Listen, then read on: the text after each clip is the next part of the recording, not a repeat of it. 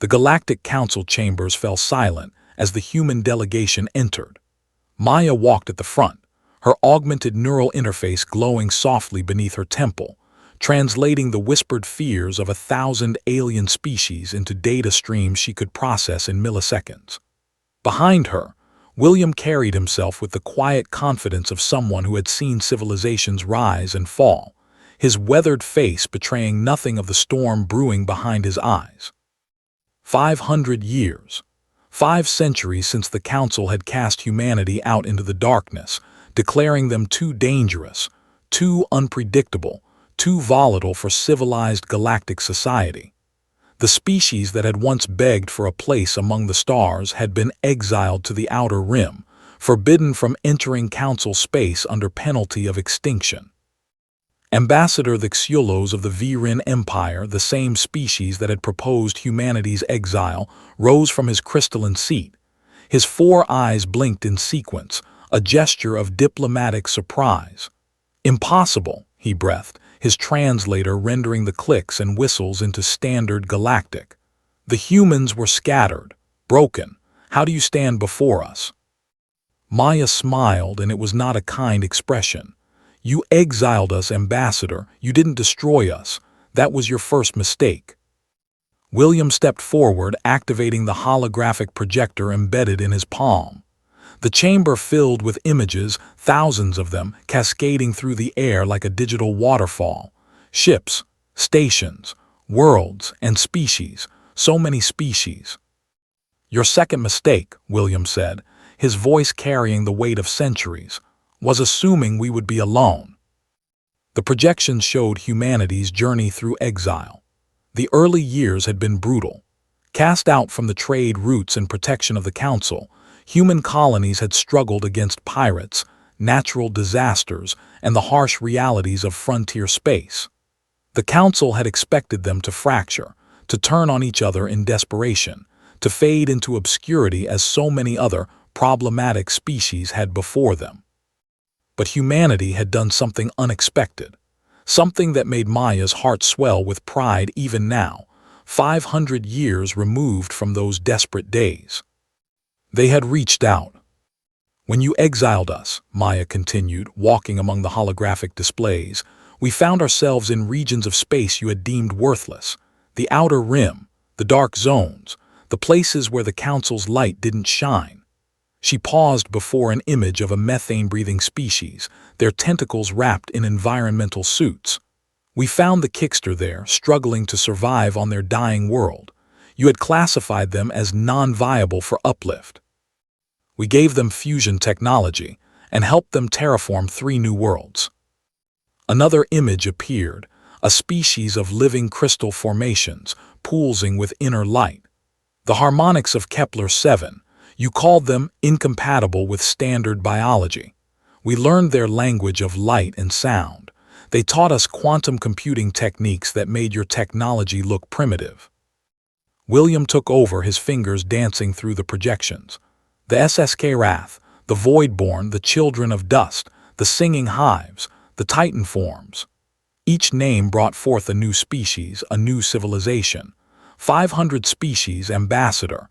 Civilizations you had overlooked, dismissed, or deemed unworthy of Council attention. "We built something you never could," Maya said, her voice rising. "Not an empire, not a hegemony, an alliance. A real one built on mutual respect and shared adversity." The Council chamber erupted in disbelief. Councilors from a dozen species spoke at once, their voices creating a cacophony of denial and fear. The Virin ambassador raised his primary arms, demanding silence. "This is propaganda," Exiled declared. "Fabrications. We monitor all emerging civilizations. We would have known." "You monitor what you consider valuable," William interrupted, and there was steel in his voice now. "You watch the core worlds, the trade routes, the resource-rich systems. We built our alliance in the places you don't look, in the dark." Maya activated her neural interface fully, and the chamber's systems responded to her commands, a gift from the harmonics who had taught humanity to speak to machines as living things. Data flooded the Council's networks, unfiltered and undeniable, trade agreements, mutual defense pacts, cultural exchanges, scientific collaborations. 500 civilizations, united not by conquest or coercion, but by the simple human principle that her species had carried into exile. Extend your hand to those in need. The Confederation of Free Worlds, William announced, and the name hung in the air like a challenge. 501 species, as of this morning. We've been debating whether humanity should be the 500th or 501st. We decided on 501st as a reminder of where we came from. You come here in violation of your exile, Vixulos said, but his voice wavered. We could activate the containment fleets. You could try, Maya acknowledged, but our intelligence suggests your containment fleets are currently engaged with the Devourers at the Korvax line, losing badly, according to our sources. She tilted her head. The Devourers are why we're here, actually. The chamber went deathly quiet. The Devourers, a hive intelligence that consumed entire worlds, leaving nothing but stripped husks in their wake. They had appeared on the galactic rim 3 years ago and had been steadily pushing toward Council space despite every effort to stop them.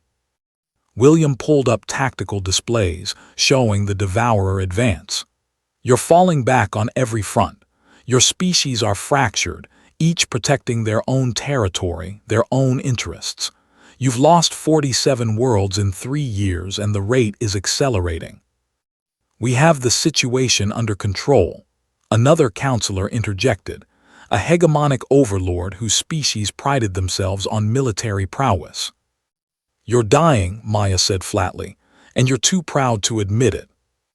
She walked to the center of the chamber, standing in the space where human ambassadors had once pleaded for acceptance. The Confederation analyzed your tactical data. At current rates, the Devourers will reach the Council core worlds in 8 years. You'll lose half your population in 15. In 25 years, the Galactic Council will cease to exist. The silence that followed was profound. Maya could see the truth in their alien faces, in the way they avoided each other's eyes. They knew. They had run the same calculations. We came here to offer you a choice, William said, his voice softer now. The Confederation has been fighting the Devourers for 2 years on the far rim. We've learned how they think, how they adapt, how they can be stopped. We've developed weapons, tactics, and strategies that work. Maya pulled up images of human-designed ships, incorporating technology from dozens of Confederation species. Kickster energy shields, harmonic quantum targeting systems, SSK-Wrath ablative armor, voidborn stealth fields. We've stopped their advance on 7 fronts, she continued. We've reclaimed 4 occupied worlds. We're winning, counselors, because we fight together. Because 500 species pooling their knowledge and resources can accomplish what no single empire can. You want us to join your confederation, Vixulos said, and it wasn't quite a question. No, William replied, and his answer surprised them. We want you to survive. If that means joining us, fine. If it means a military alliance while you maintain the council, fine. If it means we send you our tactical data and you never acknowledge our existence, fine. Maya met the Viren ambassador's 4 eyes without flinching.